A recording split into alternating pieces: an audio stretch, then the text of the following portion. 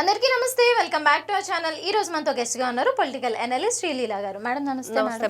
Madam, Jaganmohan Reddy గారిని ఒకప్పుడు ఎవరన్నా వెళ్ళి కలవాలి అన్నా లేదా వాళ్ళ బాధలు చెప్పుకోవాలన్నా అపాయింట్మెంట్ లేనిదే గేట్ కూడా దాటనిచ్చేవారు కాదు. పైగా అపాయింట్మెంట్ ఈజీగా వస్తుంది అంటే అది కూడా లేదు. ఒక్కొక్కరిని యాక్సెప్ట్ చేయడానికి 2-3 రోజులు, ఒక్కొక్కరికి వారం రోజులు ఇలా చేసి ఎవరిని పట్టించుకోకుండా ఉండేవాళ్ళు వైసీపీ ప్రభుత్వం మొత్తం. కానీ ఇప్పుడు ఎవరైతే ఉన్నారో మినిస్టర్ నారా లోకేష్ గారు వాళ్ళ పార్టీలో ఉన్న నాయకులనే కాకుండా వాళ్ళ ఫ్యామిలీ మెంబర్స్ని, వాళ్ళ పిల్లలని, వాళ్ళని ఎత్తుకోవడం ఇప్పుడు చూస్తూనే ఉన్నాం మనం. ఎంత బాగా ఆయన అందరిలో కలిసిపోయి ఉంటున్నారు. మరి ఈయనేంటి ఇలా చేస్తున్నాడు, ఇప్పుడు ఈయన్ని ఎలా మనం బ్యాట్ చేయాలి అనేది తెలియక వైసీపీ నాయకులందరూ తల పట్టుకొని కూర్చుంటున్నారు. మరి దాని గురించి మీరేమంటారు? వాళ్ళు ఏం చేయాలో తెలియక తల పట్టుకున్నారు అంటం కంటే లోపల ఇట్లాంటి నాయకుడు ఉంటే బాగుండు, మనం కూడా ఆ పార్టీలో చేరితే బాగుండు అనుకుంటున్నారేమో అనిపిస్తుంది. ఖచ్చితంగా అనుకుంటారు, ఇంకా దాంట్లో నో డౌట్, ఇంకా నో సెకండ్ థాట్. ఇంకా ఎందుకంటే ఒక నాయకుడు ఎలా ఉండాలి, ఆ నాయకుడి లక్షణాలు ఎలా ఉండాలి. ముఖ్యంగా ఈరోజు నారా లోకేష్ గారిని చూస్తుంటే అంటే తండ్రిని మించిన తనయుడు అవుతున్నాడా? ఒకప్పుడు అనుకునేవాళ్ళం తాతకు తగ్గ మనవడుగా, తండ్రికి తగ్గ తనయుడిగా ఉన్నాడు, వాళ్ళ ఆలోచన విధానాన్ని పుణికిపుంచుకున్నాడు, ప్రజల పట్ల మరి అదేవిధంగా మన కార్యకర్తల పట్ల ఎలా ఉండాలి అనే ఆలోచన చాలా బాగా తను ముందుకు తీసుకువెళ్తున్నాడు అనేది.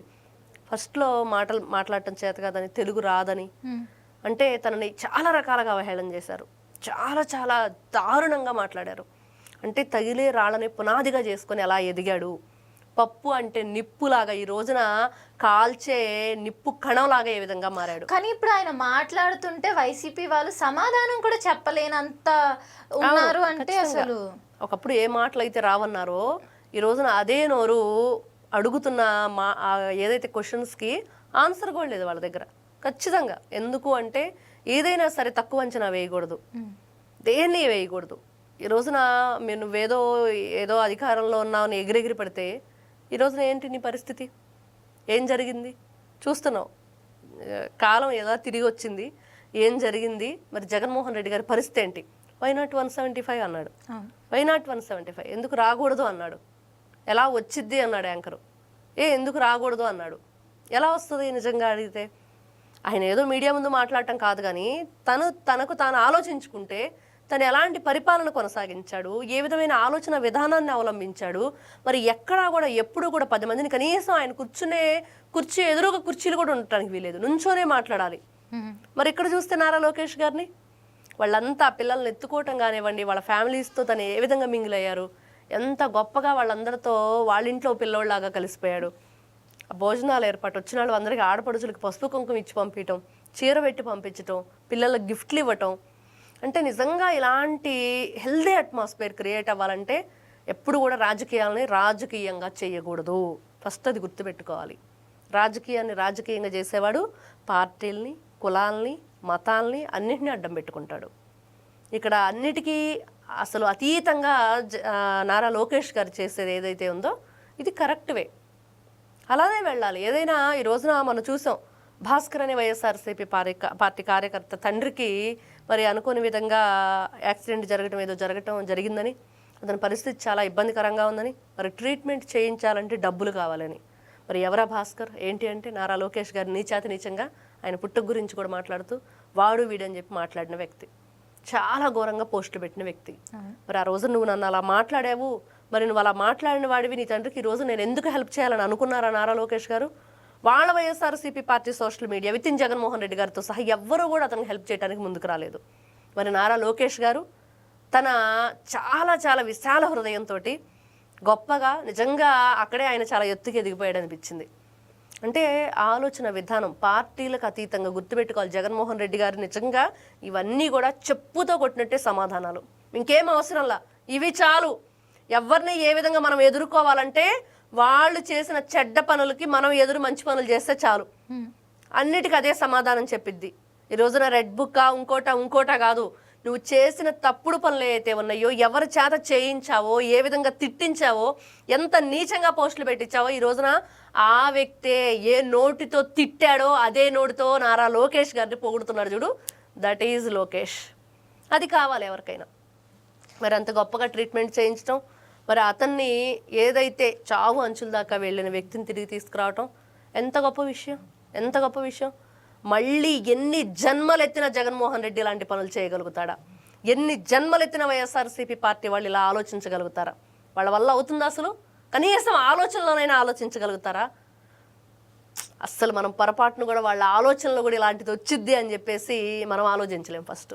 అయితే ఇప్పుడు నారా లోకేష్ గారు ఎందుకు వాళ్ళందరినీ అలా కలుస్తున్నారు, వాళ్ళతో ఎందుకు అలా కూర్చొని భోజనం చేయడం కానీ లేదంటే కబుర్లు ఇలాంటివన్నీ ఎందుకు చేస్తున్నారు అంటే దీని వెనకాతల ఆయన ఏదైనా చెయ్యబోతున్నాడా అని వైసీపీ వాళ్ళు అస్సలు ఎంత అంటే అంత భయపడుతూ వస్తున్నారు. అంటే దీని వెనకాతల ఏదైనా చేయబోతున్నారా, లేకపోతే ఎలక్షన్కి ఏదైనా యూజ్ అవుతుందేమో, మనం దీన్ని ఇప్పుడు ఎలా ట్రోల్ చేయాలి అని చెప్పి వీళ్ళు వెతికే దారులు ఏమైనా దొరుకుతాయంటారా?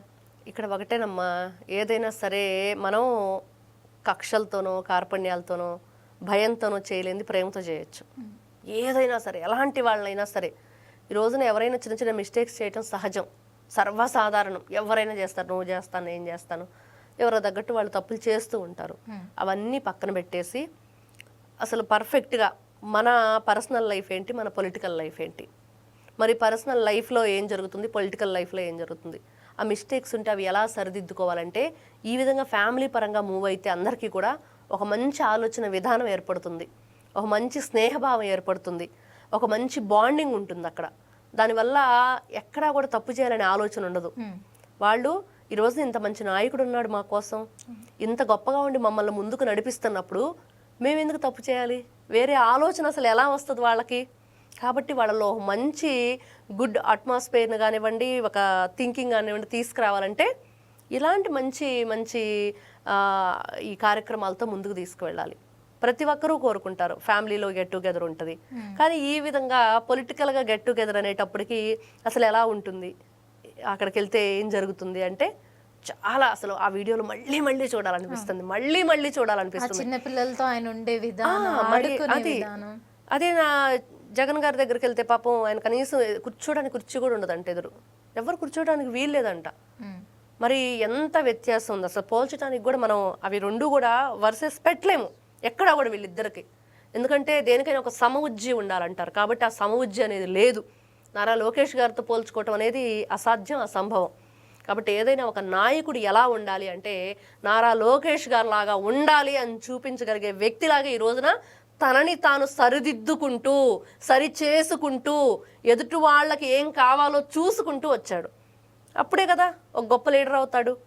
ఆషామాషిగా ఏదో డబ్బులు కోట్లు ఖర్చు పెడితేనో నా తండ్రి బ్యాక్గ్రౌండ్ ఉంది, ఇంకోటి ఉంది, నా తాత బ్యాక్గ్రౌండ్ ఉంది, నా తల్లి బ్యాక్గ్రౌండ్ ఉంది, మా పెద్ద పొలిటీషియన్ ఫ్యామిలీ, మా మావయ్య మరి సినిమా హీరో అంటే కుదరదు కదా. నువ్వేంటనేది నువ్వు నిరూపించుకున్నప్పుడే నీకంటూ అక్కడ ఒక అభిప్రాయం కానీ ఆలోచన కానీ వాళ్ళకి నీ పట్ల ఒక నిబద్ధత కానీ ఏర్పడింది. అది ఆ బాండింగ్ ఈ రోజున మంగళగిరి నియోజకవర్గ ప్రజల్లో తెచ్చుకున్నారు. టోటల్ ఏదైతే మన పార్టీ ఉందో అందరు నాయకులతోటి, అటు ఇక్కడ ఒకటి గుర్తుపెట్టుకోవాలి, ఓన్లీ టీడీపీ పార్టీ కాదు, కూటమి నాయకులతో వెళ్తున్నారు. అది గొప్ప విషయం. ఫస్ట్ అసలు నీ పార్టీ వాళ్ళకే నువ్వు మంచి చేయట్లేదు, నీ పార్టీ కార్యకర్తలను వాడుకొని వదిలేసావు జగన్మోహన్ రెడ్డి, నీ సొంత తల్లికి చెల్లికే గతి లేదు ఈ రోజున. అసలు ఎక్కడ కూడా ఆలోచనలో కూడా మనం ఇవి రెండు కంపేర్ చేసుకోలేం. చాలా దారుణం అనమాట. బాబాయ్ నిర్దాక్షిణంగా గొడ్డలకి బలి చేసేసి అన్యాయంగా ఆయన రక్తపు మడుగులో ముంచేసి నారా చంద్రబాబు నాయుడు గారి చేతిలో నీ పేపర్లోనే గొడ్డలు పెట్టి నారా అసలు రక్త చరిత్రను రాసిన నీచమైన చరిత్ర నీది. ఈ రోజున ఇంత గొప్పగా ఆలోచిస్తూ వాడు ఎవడైనా సరే వాడికి మంచి చేయడమే నా ధ్యేయం అంటూ వెళుతున్న నారా లోకేష్ గారు ఎక్కడ? కాబట్టి నిజంగా శ్రీరామచంద్రుని పరిపాలన అందిస్తున్నారు అనటంలో ఎటువంటి సందేహం లేదు. ధర్మం 4 పాదాల మీద నడిచిందంట ఆ శ్రీరామచంద్రుడి పరిపాలనలో. మరి నిజంగా అదే జరిగి తీరుతుంది, జరుగుతుంది. అమరావతి రాజధానిగా చాలా శోభాయమానంగా విరాజిల్లుతుంది అనటానికి ఈ రోజున ఇట్లాంటి కార్యక్రమాలు, గొప్ప గొప్ప కార్యక్రమాలు నిజంగా చేయటం అనేది ఆనందదాయకమేను. ఇట్లాంటివి నేర్చుకొని కనీసం చూసి బుద్ధి తెచ్చుకుంటే బాగుంటుంది. ట్రోల్స్ చేయటం దేవుడికి ఎరుగా. వాళ్ళైతే దీన్ని ఏ విధంగా ఆలోచిస్తున్నారని అనిపిస్తుంది. అయితే నాకైతే ఖచ్చితంగా పార్టీలో నేను లేకపోయానే, ఏ కూటమిలో అరే నేను వెళ్ళలేకపోయానే, ఈ జిడ్డు మొహంతో ఎంతసేపు ఉంటాం, ఈ క్యాస్ట్రాల్ దాగిన ఫేస్ వేసుకుని జగన్మోహన్ రెడ్డితో అని చెప్పి అయితే మాత్రం అనుకుంటారు. ఇవన్నీ సోషల్ మీడియాలో వైరల్ చేయటం, పోస్టులు పెట్టడం పక్కన పెడితే వాళ్ళ ఆలోచన మాత్రం ఇది చూసిన తర్వాత ఖచ్చితంగా మారిపోయింది. అరే మేము కూడా వెళితే బాగుండు అనేది మాత్రం ఉండి అక్కడ వాళ్ళతో ఉండి వాళ్ళతో ఎవరైనా అనుకుంటాం కదా అంత గొప్ప అవకాశాన్ని ఎవరు కాదనుకుంటారు. ఈ రోజున మీరు 11 మంది ఉన్నారు, మీరు అసెంబ్లీకి వచ్చి మంచిగా చేస్తే ఎవరు ఆహ్వానించుకుని ఉంటారు. కాబట్టి ఎప్పుడైనా సరే దేనికైనా మీరు ఎంతవరకు అనేది ఒక లిమిట్ అనేది ఉండిద్ది, వాటిని క్రాస్ చేయకూడదు.